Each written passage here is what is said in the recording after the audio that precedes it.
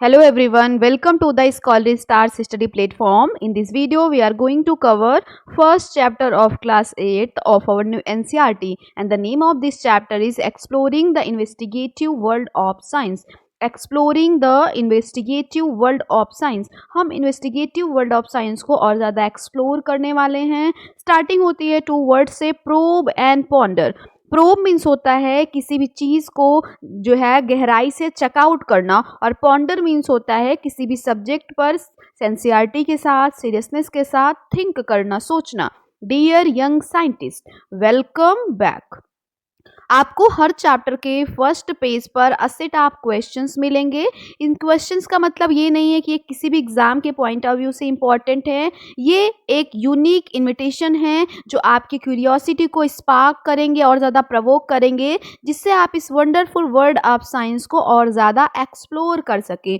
For example, first question है कि why is one side of a puri thinner than other. क्यों पूरी का एक साइड ऑलवेज दूसरे साइड के कंपैरिजन में थिनर होता है। आप आंसर राइट कर सकते हैं, व्हेन वी फ्राइड अ पूरी, when a puri is fried the inside moisture और water turn into steam and the steam pushes on one side more strongly, making that part puff up. Again, you can write down, when we fried a puri, the inside moisture or water turn into steam. The steam pushes on one side more strongly, making that part puff up.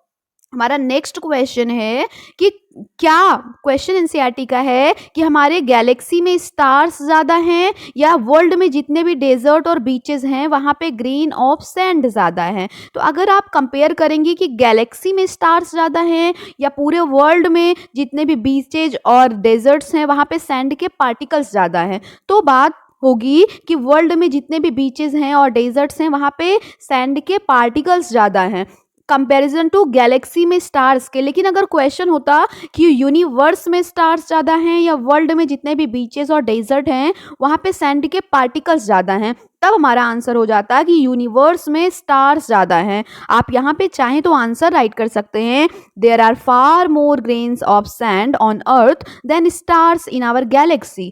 However, if we compare all the sand on earth to all the stars in entire universe, then stars are more. Again, you can write down one more time. I'm repeating my answer. There are far more grains of sand on the earth than stars in our galaxy. However, if we compare all the sand on earth to all the stars in entire universe, then stars are more. Next line है कि right from grade 6। आप grade 6 से we have observe the incredible diversity of plant and animal. हम class 6 से ही हमारे इस world में हमारे चारों तरफ जो भी इनक्रेडिबल प्लांट और एनिमल में वेराइटीज़ हैं, डाइवर्सिटीज़ हैं, हम उसको ऑब्जर्व करते आ रहे हैं, मीन्स केयरफुली वॉच करते हुए आ रहे हैं। उनकी चाहे बात करें लीफ के शेप्स में या एनिमल इंसेक्ट में डाइवर्सिटी होती है, लीफ के शेप अलग अलग होते हैं, डिफरेंट डिफरेंट काइंड के इंसेक्ट होते हैं। तो यहाँ पे क्वेश्चन अराइज होता है कि why has nature created such a vast variety. Nature ने इतनी डिफरेंट तरीके के प्लांट और एनिमल्स को क्यों बनाया है। आप आंसर राइट कर सकते हैं, nature has created a vast variety, nature has created a vast variety so that living things can survive in different environment. Each species has a special feature. Again, I am repeating my answer. Nature has created a large variety so that living things can survive in different environment. Each species has a special feature. क्या आपके पास कुछ ऐसे और questions हैं जो आपको इस world के बारे में जानने में आपको और क्यूरियस बनाते हैं? आप यहाँ पे राइट कर सकते हैं। जैसे मेरा एक सिंपल सा क्वेश्चन है कि why do some plants eat insect. क्यों आखिर कुछ प्लांट इंसेक्ट को खाते हैं? आगे बात करते हैं। इस तरीके से आप अपना क्वेश्चन यहाँ पे राइट कर सकते हैं। स्टार्टिंग होती है हमारे नेक्स्ट पैराग्राफ की, our journey with curiosity into the world of science continues in grade 8। हमारा जो ये साइंस का वर्ल्ड वर्ल्ड है जो कि क्यूरियोसिटी, जिसका नेम है, बुक के टाइटल का नेम है क्यूरियोसिटी, ये जो जर्नी है क्यूरियोसिटी की साइंस में वो ग्रेड 8th में भी कंटिन्यू रहने वाली है, जो स्टार्ट होती है ग्रेड 6 से। वी होप, हम उम्मीद करते हैं, you bring along the spirit of adventure and exploration that has guided us so far. आप अपने साथ जो है स्पिरिट ऑफ एडवेंचर लेकर आए हैं जो आपको आगे तक ले जाने में, चीज़ों को एक्सप्लोर करने में आपकी हेल्प करेगा। ग्रेड 6 में आपने डिस्कवर किया था कि कैसे साइंस वंडर के साथ जो है स्टार्ट होती है, क्यों कोई चीज़ वाई के साथ स्टार्ट होता है और कैसे स्टार्ट होता है। Question about the world around us, इस तरीके से वाई एंड हाउ से हमने क्लास 6 में स्टार्टिंग करी थी। अब हम बात करेंगे ग्रेड 7 में। तो ग्रेड 7 में हमने पढ़ लिया है कि science is always evolving in nature. Evolving means होता है जो कभी स्टॉप ना हो, ऑलवेज जिसमें चेंजेज होते रहे, डेवलपमेंट होता रहे। फॉर एग्जाम्पल, अगर हम इंग्लिश ग्रामर की बात करें तो इंग्लिश ग्रामर में एक बार जो रूल और रेगुलेशन प्रॉपरली परफेक्टली फॉर्म हो गए हैं उसमें जनरली 6 to 12 क्लास तक कोई चेंज नहीं होता। लेकिन साइंस में क्या है, ऑलवेज नई नई डिस्कवरीज, एक्सपेरिमेंट्स, लैब एक्टिविटीज होती रहती हैं। तो साइंटिस्ट, कौन सा साइंटिस्ट कितना बेटर वर्क किया, कुछ किसकी थियरी बेटर है, उसके अकॉर्डिंग उसमें चेंज होता रहता है। दैट्स वाई एक सेंटेंस आता है, science is always ever evolving. ये स्टेबल नहीं होता, स्टैग्नेंट वाटर जैसे नहीं होता, ऑलवेज चेंज और डेवलप्ड होता रहता है। That each answer open new questions, जिसकी वजह से जैसे आपके पास एक क्वेश्चन है और आपको उसका आंसर मिला, तो हर क्वेश्चन से, हर आंसर से एक नया क्वेश्चन जनरेट होगा। आपके पास एक क्वेश्चन था, आपने उसका आंसर फाइंड आउट किया, अब उस आंसर से फिर से एक क्वेश्चन जनरेट हो गया, अब आप उसका आंसर फाइंड आउट करिए। And now our ideas can slowly change us as we explore deeper. और जैसे जैसे हम बहुत डीपली जो है चीज़ों को एक्सप्लोर करते जाते हैं, हमारे खुद के जो आइडियाज़ होते हैं, हमारे जो खुद के एक्सपीरियंस है, हमारा अपना जो थॉट प्रोसेस है वो चेंज होता रहता है। नाउ इन ग्रेड 8, अब ग्रेड 8 में we take the next step, हम एक नेक्स्ट स्टेप लेंगे, हम इन्वेस्टिगेटिव वर्ल्ड ऑफ साइंस में इंटर करेंगे, जहाँ पे वंडर और एवोल्यूशन, जहाँ पे सरप्राइजेस और एवोल्यूशन, नए नए डेवलपमेंट एक साथ आएंगे और कैसे ये साइंस में दोनों आपस में मिलकर एक साथ काम करेंगे, इसके बारे में भी समझेंगे। नेक्स्ट हमारा पैराग्राफ है, we don't want you to just learn new fact. हम सिर्फ ये नहीं चाहते कि आप नई नई चीज़ें पढ़ते रहिए, मेमोराइज करते रहिए, क्रैम करते रहिए। हम चाहते हैं कि आप ये भी समझिए, सीखिए कि आखिर ये नए फैक्ट आते कहाँ से हैं। आप नया फैक्ट खुद से सर्च करिए, ऐसा नहीं कि मैं आपको बताऊं नया फैक्ट और उसका आंसर बता दूं, आप बस वही लर्न कर लीजिए। यहाँ पे बता रहे हैं कि आप खुद से भी न्यू फैक्ट्स को सर्च करिए, फाइंड आउट करिए। Investigation in science mean more than just looking at something. Science में इन्वेस्टिगेशन का मतलब कि होता है नई नई चीज़ों को हमेशा एक्सप्लोर करते रहना, और इसकी स्टार्टिंग होती है आस्किंग ओनली सिंपल क्वेश्चन। कह रहे हैं साइंस में इन्वेस्टिगेशन का मतलब सिर्फ इतना नहीं होता, means more than just looking at something, कि साइंस में जो है इन्वेस्टिगेशन का मतलब होता है कि ऑलवेज नई नई चीज़ों को देखना, और इनकी स्टार्टिंग होती है सिंपल क्वेश्चन से। Now you can ask more focused question.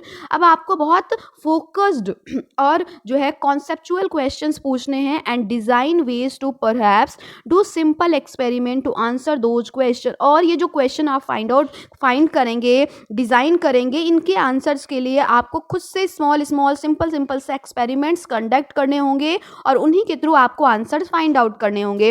And then, और तब use your observation to improve your understanding. Suppose that आपके माइंड में कोई क्वेश्चन स्ट्राइक हुआ, आपने उसके आंसर के लिए एक्सपेरिमेंट किया। अब एक्सपेरिमेंट के बाद आप ऑब्जर्व करिए कि क्या आपका जो एक्सपेरिमेंट था वो करेक्ट था या नहीं। इस तरीके से आप अपनी अंडरस्टैंडिंग को और ज़्यादा क्या कर सकते हैं, इम्प्रूव कर सकते हैं। स्टेप बाय स्टेप, धीरे धीरे we will learn how to use questions as a starting point to try to observe carefully, experiment thoughtfully and explain clearly what we see।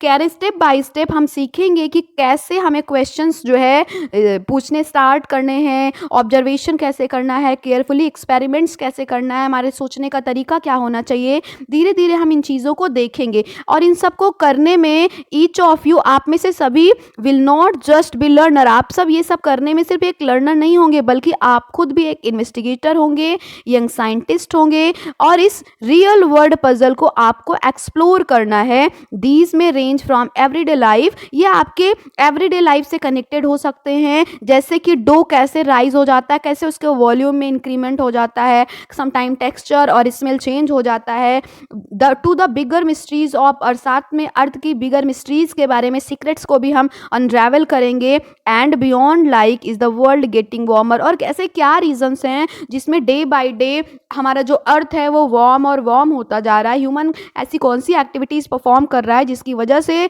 अर्थ जो है वो लगातार वार्म अप होता जा रहा है, हीट अप होता जा रहा है। एज यू टर्न, नेक्स्ट इन्होंने आपको कुछ आपके पेजेस के बारे में बताया है। As you turn each page of this book, जैसे जैसे आप इस बुक के हर पेज को टर्न करते जाएंगे, हम उम्मीद करते हैं कि आपको कुछ इंटरेस्टिंग डिज़ाइन हर पेज में मिलने वाले हैं। जैसे कि अगर आप देखिए, जैसे आप देखेंगे तो आपको हर पेज के लेफ्ट साइड में, इधर नीचे के साइड में आप देखेंगे, हर पेज के लेफ्ट साइड में बॉटम में कुछ रूट के इमेजेस दिखाई देंगे। ये जो रूट के इमेजेस हैं वो सिंपलाइज कर रहे हैं, आपको बता रहे हैं आपके deep solid foundation of knowledge को, जो कि आपको ऑलवेज इन्वायरमेंट से कनेक्ट करके रखते हैं, आपकी परंपराओं से, आपके कल्चर से, और आपका नेचुरल जो हेरिटेज है वहां से कनेक्ट करके रखते हैं। अगर आप देखेंगे नेक्स्ट पेज में राइट साइड में कॉर्नर पे, टॉप कॉर्नर पे आप देखेंगे तो आपको काइट सोरिंग, स्काई में काइट सोरिंग की इमेज दिखाई देगी। सोरिंग का मतलब होता है उड़ान भरना, फ्लाइंग, जो आपको रिमाइंड कराता है कि ये जो काइट सोरिंग है स्काई में, पतंग का उड़ान भरना है स्काई में,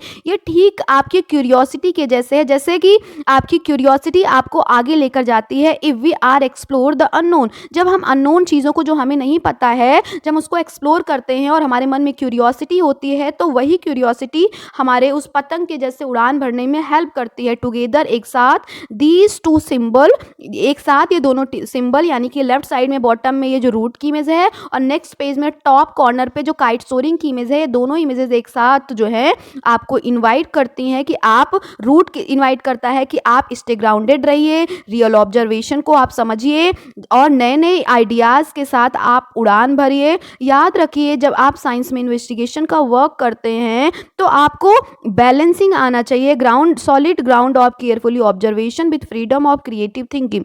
क्रिएटिव थिंकिंग के साथ आप जो है अपने आप को स्टे ग्राउंडेड रखिए, बैलेंस को मेंटेन रखिए, आप उड़ान भरिए लेकिन जमीन से जुड़े रहिए, स्टे ग्राउंडेड रहिए, ये आपको ये बताना चाह रहा है। लास्ट पैराग्राफ की बात करते हैं।